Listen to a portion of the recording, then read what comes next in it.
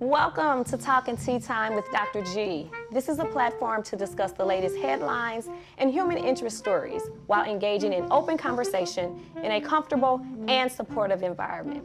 I am a lover of tea, so you know at the end of the episode, I will be sharing one of my favorite teas. I'd like to thank some of my sponsors, Venice,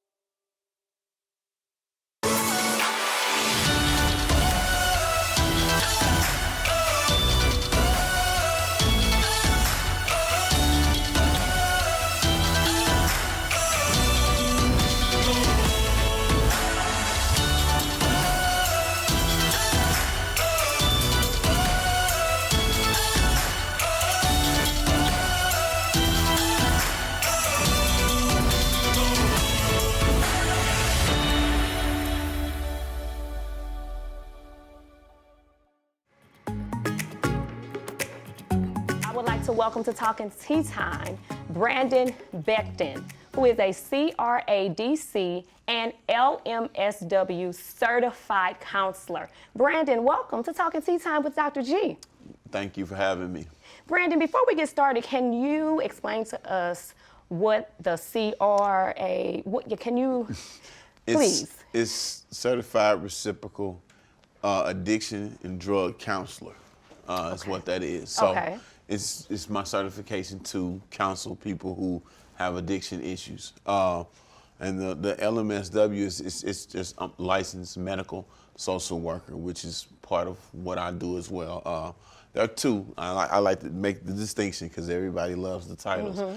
It's the LMSW is what I have. The LCSW is another one, and that's a higher platform that maybe one day, but both of those allow me to counsel. Yes. And to do a lot of mental health and drug addiction counseling, which is what I enjoy to do. It's what I do. Okay. How long have you been in the field? 10 years, about 10 years. I've worn a lot of hats. I've done prevention for people that are HIV positive. I do case management as well for people that are HIV positive.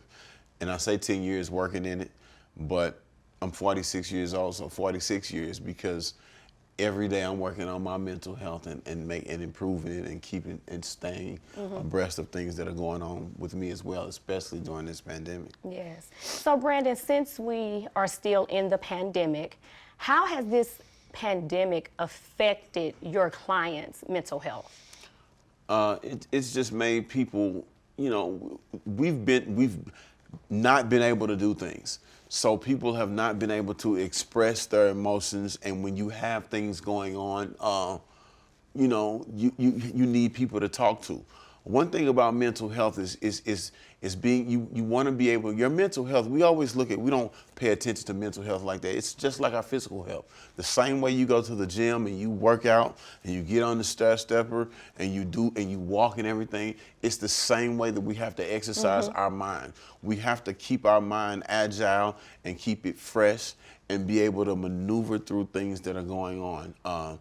This is a tough time for us, for everybody right now, when there's things that you can't do and people that are being sick, but you still have to do those mind exams and mind tests to keep yourself, keep your mind agile. So Brandon, you always hear a lot of people talk about mental health, talk about mental health issues.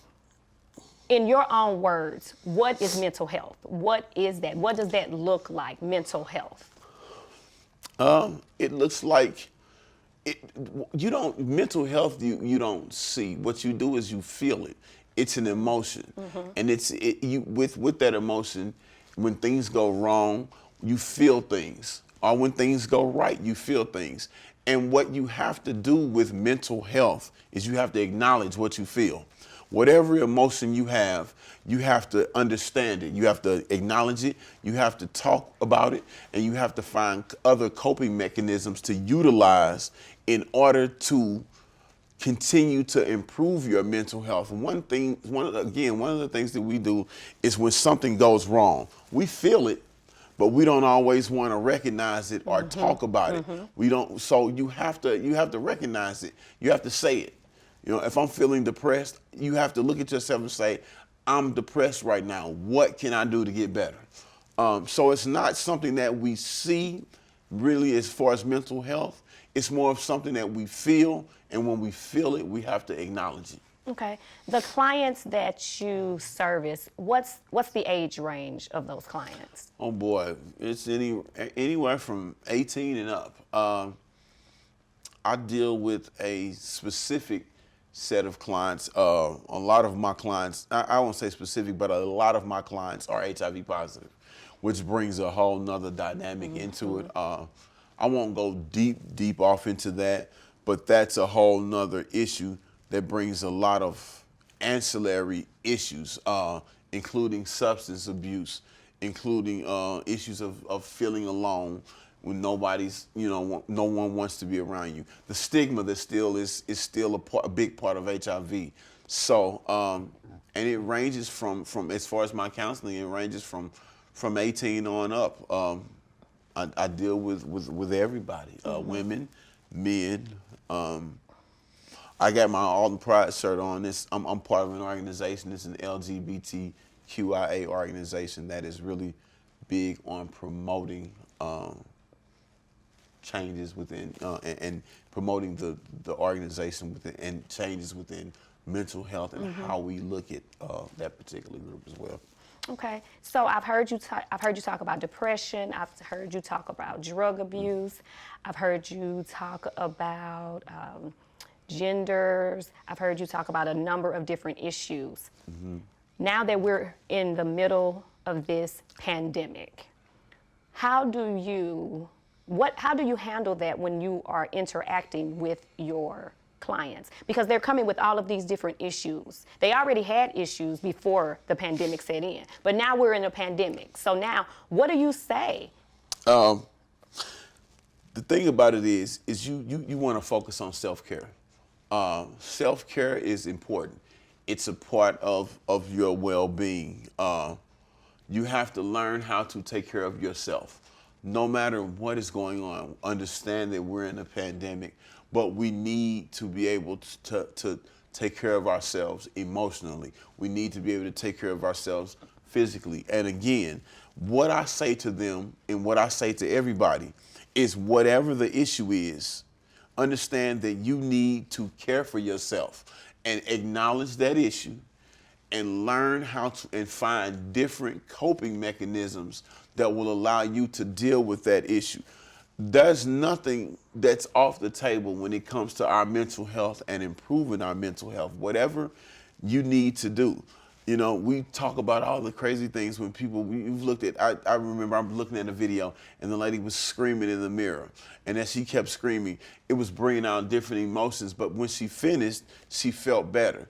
So for me, it's finding what the coping mechanisms and things that you can find that will allow you to deal with any of the issues that you have, whatever that may be. This is a lot while we work out. It's, you know, it's sometimes, and while some people use illegal substances, that goes into another whole different part of this thing and opens up another part of counseling. But even in the infantile stages, sometimes that is what gets you to the next level. So what we then do after that is start to discuss with you how we can move you from that into the next phase. Because ultimately this thing is, there's another part of this, and it's called harm reduction. And that's big on not trying to judge people and tell them what not to do, but trying to give them, even when they're doing something bad, some positive information that will guide them to the next stage. Awesome. So we are going to take a break, and when we come back, we are going to continue discussing mental health during COVID-19.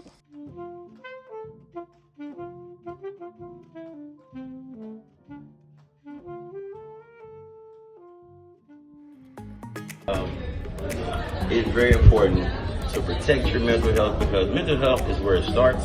It also starts with self-care. You can't help anybody else unless you help yourself. So unless you're right within yourself, it's kind of hard to lend a hand and help somebody else. So you definitely want to start with yourself and definitely take care of your mental health. Always just be there for yourself first. And that's what I would say, to protect your mental health. That's what you need to do.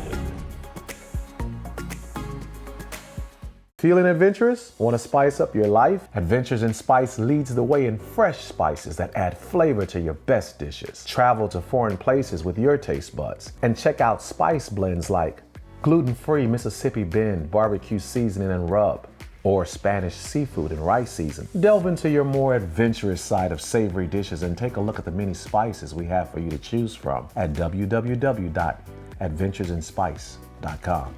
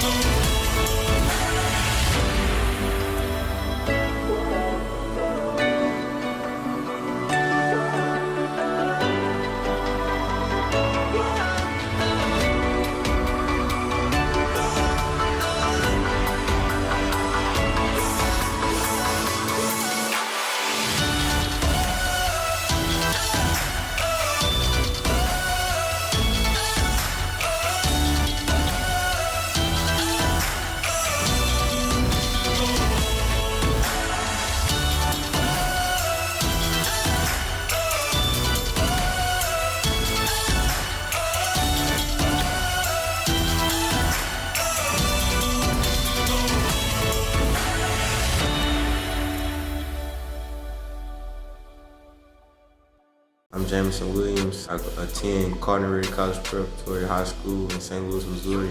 I'm a wide receiver committed to the University of Ohio State. I see a lot of great things in Dr. Hayes. She get me loose. When I'm running my routes, I feel agile. Also on the track, it's the same thing, so I'm really loose running my races. I'm Dr. Connie Hayes with Fit for Life Sports and Rehab. If you want a competitive edge on the field, call me, 314-532-0957. Welcome back to Talking Tea Time with Dr. G. I am here with Brandon Becton, and he is a licensed counselor. And we're talking today about mental health and how your mental health has been affected by COVID-19. So, Brandon, what would you say are the top 2 or 3 issues that are affecting individuals with mental health issues? Right now, one of the biggest things is loneliness. That's because, you know, we were at a time where people couldn't get to see their friends and family. That was an issue. The second issue is health. Everybody's on edge. You know, we got people. You know, you have family members and individuals and friends, and everybody wants to do something different. I've dealt with a lot of individuals that there's been, you know, they've had issues within their family because of some individuals having underlying health issues and people wanting to get together and different things of that nature. So the 2 things that have been really big for almost a year now, because we're coming up on just getting close to a year, is being lonely, particularly during the holiday time. This holiday was tough for people. This past holiday, Christmas, New Year's, was tough for a lot of people because if you're watching TV and you're watching the experts, they're saying, no, don't get together. That's right. And you're looking at the human element of this, and people are saying, well, this is my grandmother. I may not see her next year. Or this is a family member that I haven't seen in years that was supposed to come this year. And, you know, those issues alone are bringing in a lot of depression. That's been big. And just the health part of it. And not knowing what to do in a situation. Should I go? Should I not go? Yes. You know, these are things that we wouldn't normally even think about. You know, I want to go out to eat tonight, but I'm a diabetic. Should I go out? Do I want to go out? Or, you know, things are changing in St. Louis County.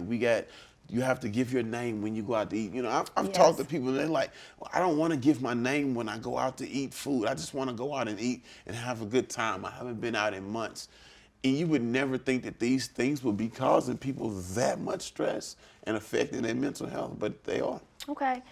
Brandon, I often hear a term that says, don't let emotions ruin your life. What does that mean to you when you hear people say, don't let emotions ruin your life? What does that mean? That means when you're going to have emotions. But again, you have to acknowledge them. You have to sit with that emotion. You have to name that emotion. And you have to figure out what that emotion does that puts you in a certain place. You can't let it take over you, but you have to acknowledge that it's there. Again, a big part of mental health is always the acknowledgement of what is going on. We are oftentimes have feelings. Any emotion that you feel is a part of your mental health, be it good or bad. Now, how you acknowledge that emotion and that feeling will dictate how you move forward. If you acknowledge it and you feel like, you know, everybody have this mindset that I'm going to take it on. And I'm going to be, you know, I'm going to be solid with this, and I'm going to defeat it. Or if you can have a defeatist mindset where you allow that emotion to take you over, and it becomes, and it snowballs and it grows, and that's where the depression sets in. So we have to acknowledge it first of all, and from that point, then we address ways to resolve it. Okay, Brandon, you've mentioned a lot of good points. And I think one of the most important points that you mentioned was self-care. Why is self-care so important, especially now that we are still in the middle of this global pandemic? Why is self-care so important? Because it dictates our well-being. Self-care dictates how you operate. Again, I use the physical analogy. When you're out of shape and you're tired, and you can't run, you're breathing hard, you can't do anything. It's the same thing with your mind. If your mind gets exhausted, you have to strengthen your mind. You have to do, it's like mind Jedi tricks. You have to do things to increase how you feel, increase the positive things that are going on in your life, even when things don't go right. You have to have it's not a cliche to say a positive mindset, to be able to look at a situation and find positivity in it. Self-being is your body. It's your well-being. Without self-care and being able to take care of yourself, you're really not going to be fit to do pretty much anything. Great. So Brandon, you've shared a lot of great information with us. And I just want to give you a scenario and you just tell me, what do you think? So here I am, I have these mental health issues. We're in this pandemic. I'm not working. The money is short. I don't have a car anymore. As my counselor, what are you going to say to me? Wow, you just gave you got a lot. You still have to focus on the next step. There's something else. We can't, again, it's self-care.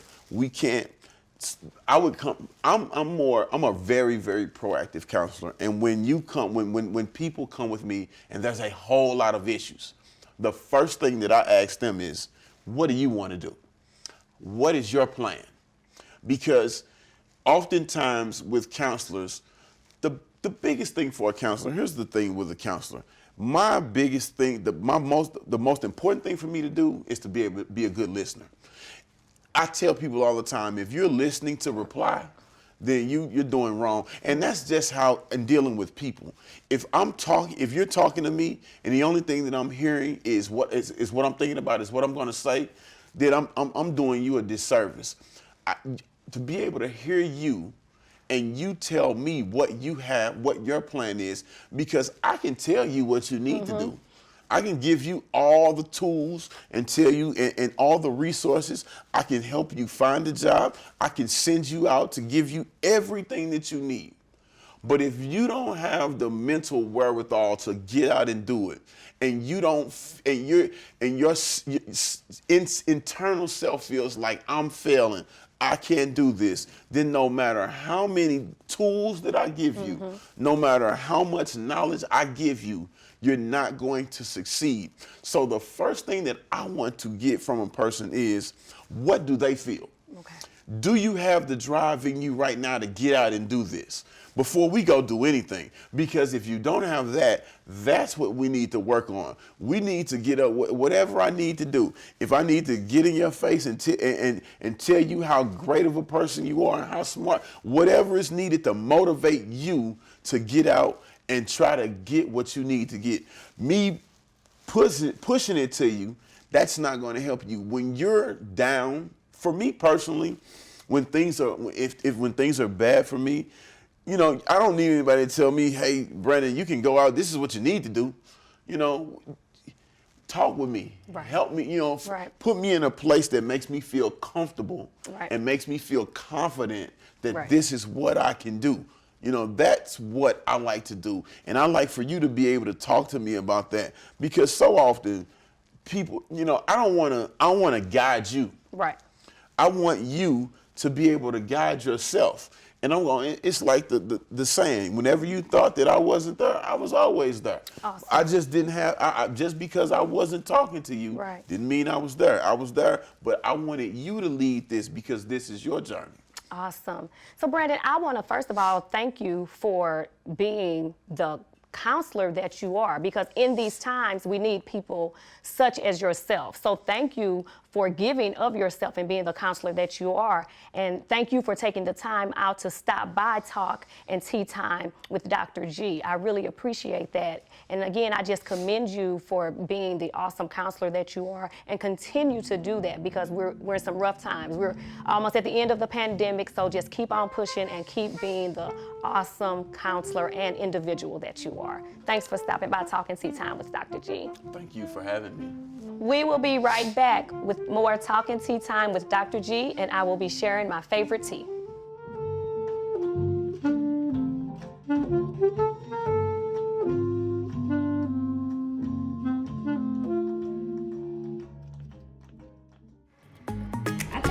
important to protect your mental health because it's the first thing that you have to do every day, all day, is be in the right mindset and the right mind frame to make it through your day. So you have to set your parameters, your barriers. You have to teach people how you want them to treat you so that your mental health will be protected first and foremost, and then it will show through in everything you do. You have to be authentic, and you can't be authentic if you're in a battle with your mind. So protecting your mental health, I think, is one of the most important things you can do for yourself day to day.